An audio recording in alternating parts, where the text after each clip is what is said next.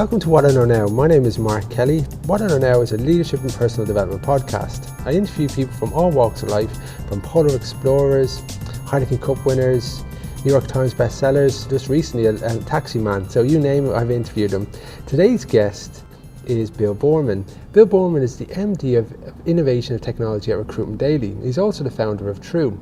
Bill's going to give us a bit of an overview of his life journey to date, where the recruitment sector is going, and also the advice he'd offer his 18-year-old self. Hi Bill, thanks for being on the show. Hi, thanks for having me. So can you give me a bit of your overview about your journey to date?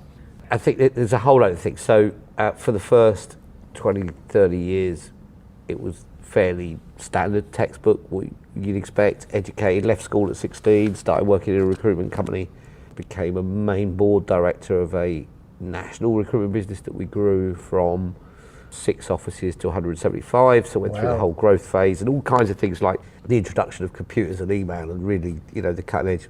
And then started a training and consultancy business, which was very similar really, management and growth for recruitment companies, and was non-exec director and owned a couple of agencies as well.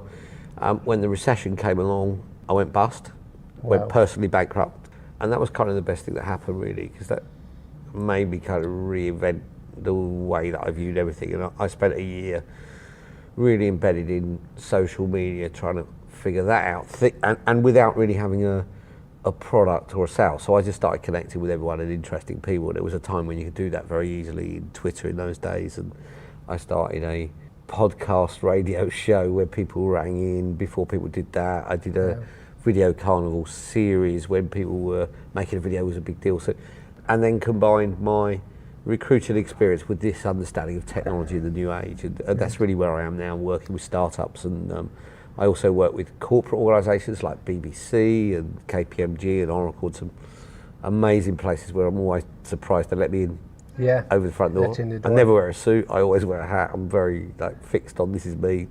And so one of the questions I like to ask is, tell me about one of the most challenging things you've had to overcome.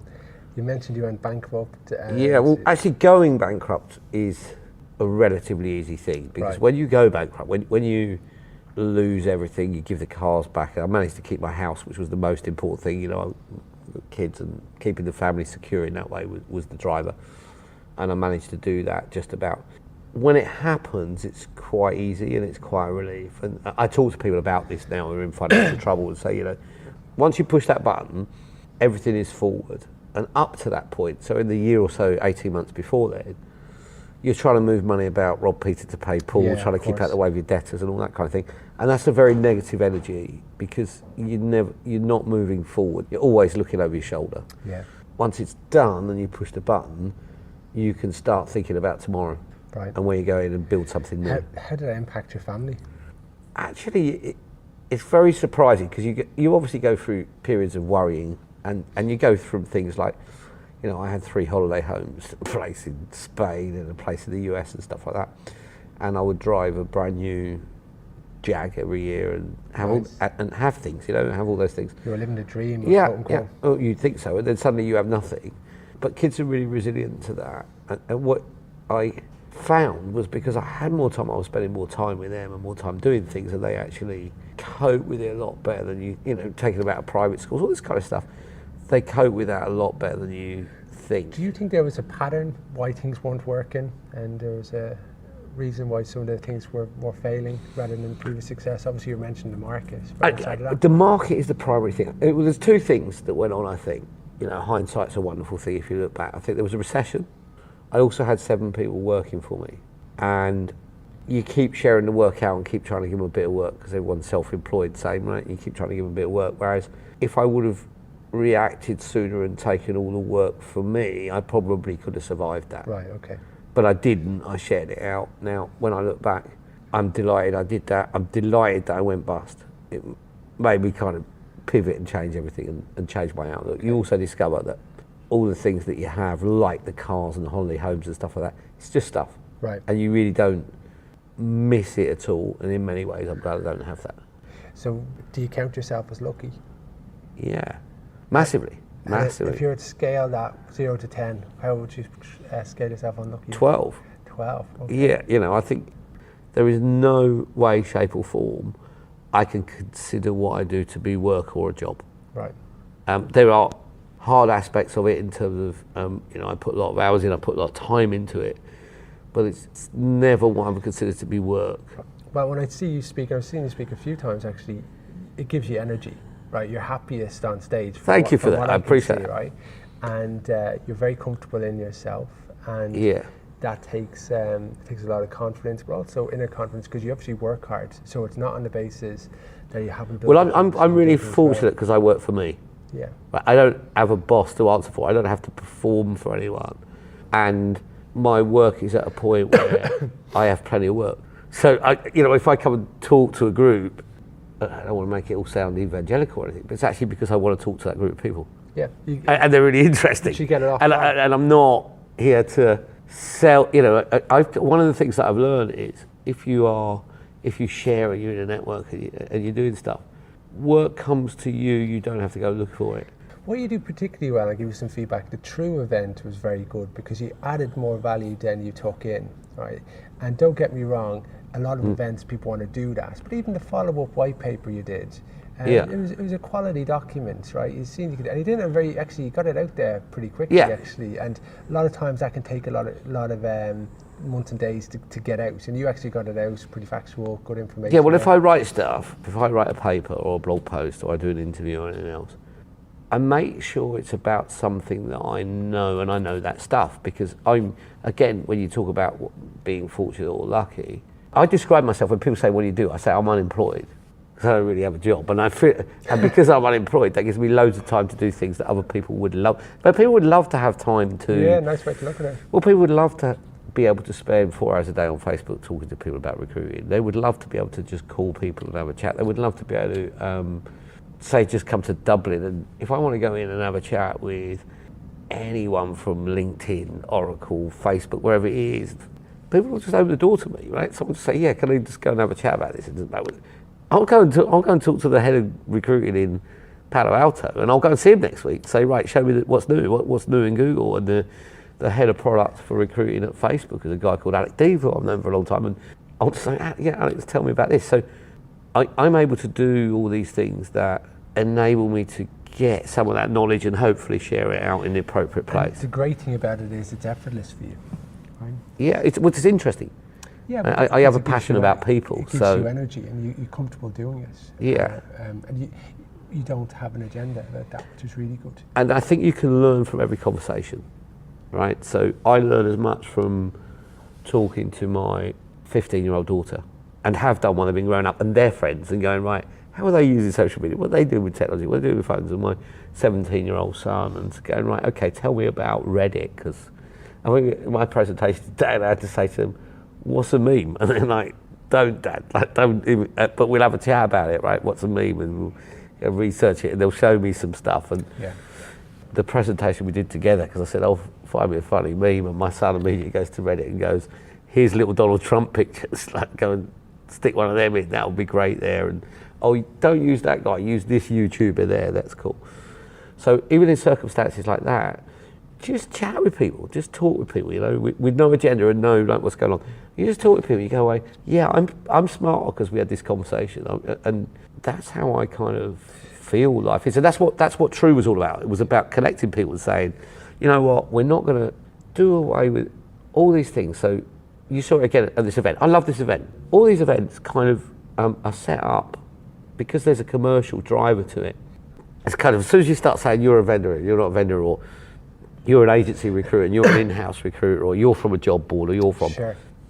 The reality is, if you can get all those people together around a table, right, and you have a conversation, which is what we try and do about True, if you're the mobile guy, you should know more about mobile than anybody else. Is in the beginning you make a decision, which is, am I going to make money from my network or because of my network? And for most people, they choose to make money from their network. And as a result, it's almost like you're networking marks. It might not be that, that brutal, but it is like that. It's like the people I'm going to network with and invest my time with and put energy into are people who are going to become customers. So if you run a recruitment company, you're thinking, right, my time's dedicated, and I've done enough of it to see that side of the fence and targeted people on it. My networking is really geared around networking with people who are obviously candidates or obviously clients. Yeah. And anyone else outside of that is seen as a distraction or a waste of time. Gotcha. And do you know what?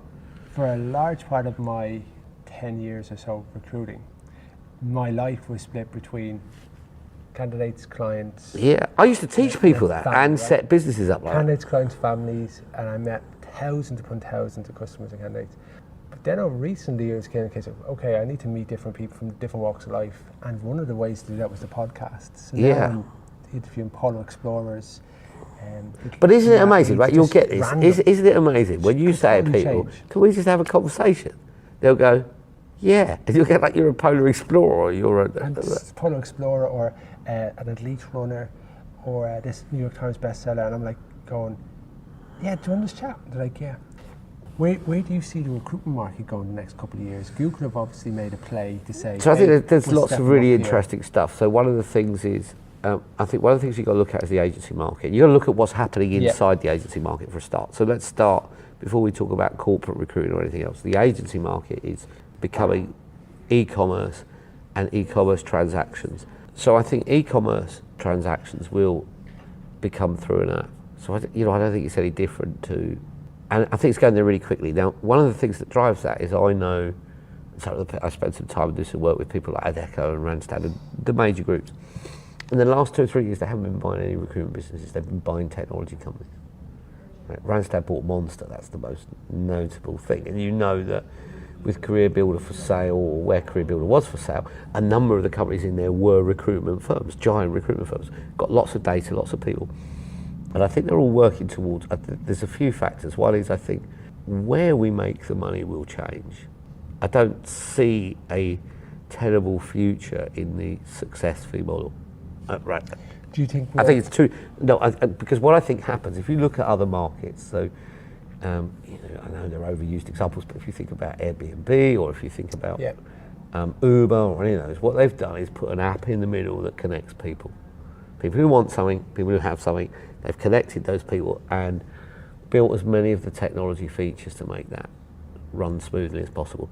I don't think the recruitment market's going to be any different.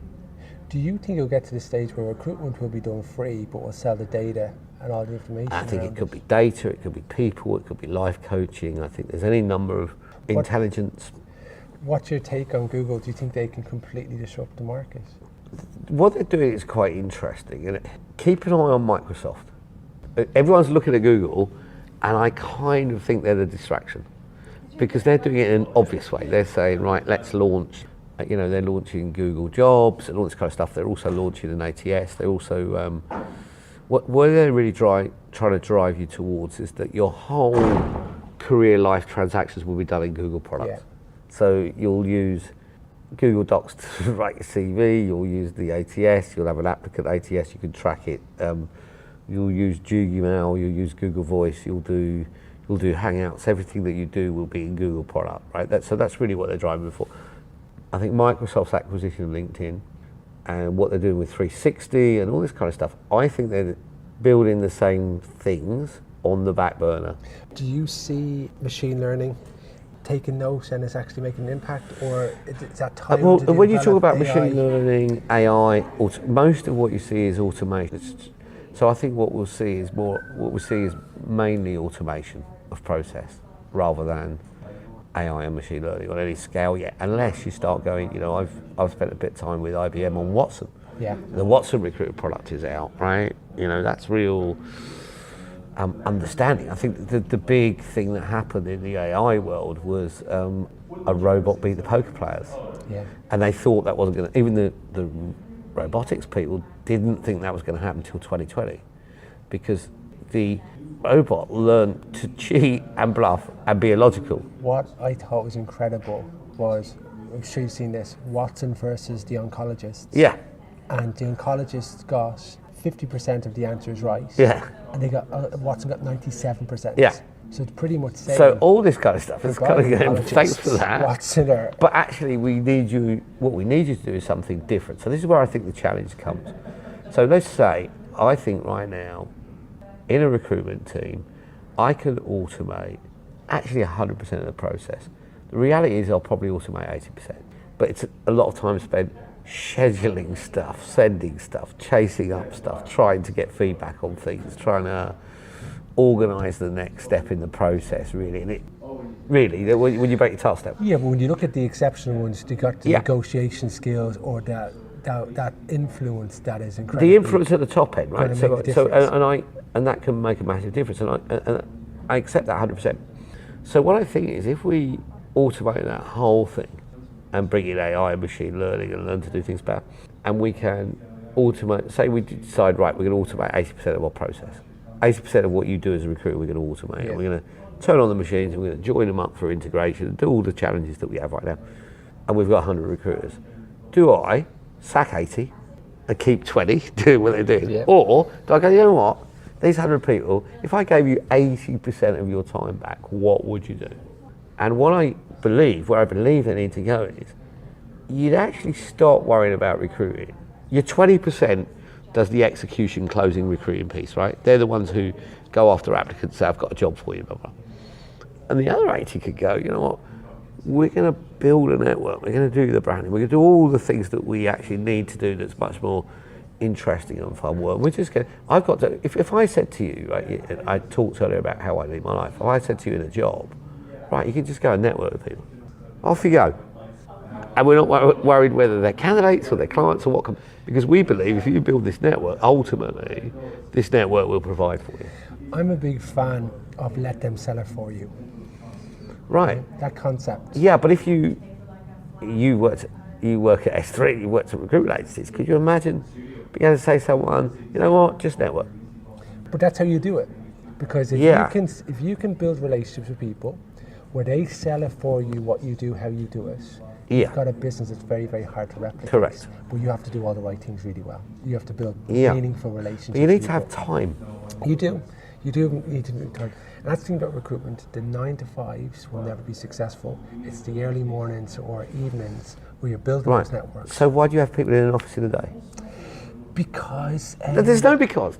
It's because you always have. Yeah, you always have. Right, so why do you start work at 8 and finish at 6? Because you always have. When actually I'm saying, you know what?